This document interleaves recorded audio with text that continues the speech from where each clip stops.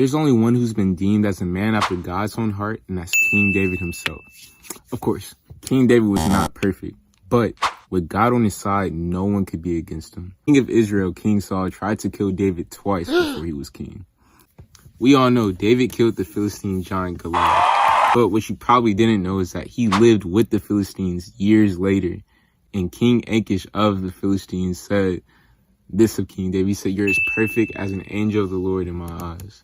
If you ever wanted to know what a heart for God looks like, look at the actions of David.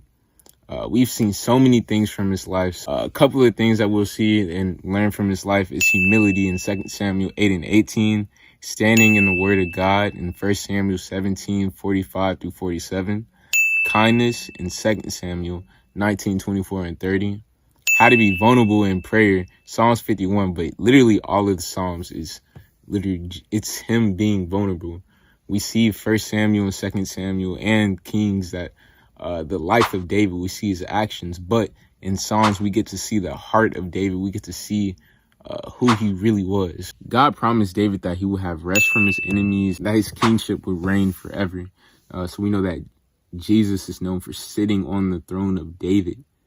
And that's the promise. That's the fulfillment of God's promise to David.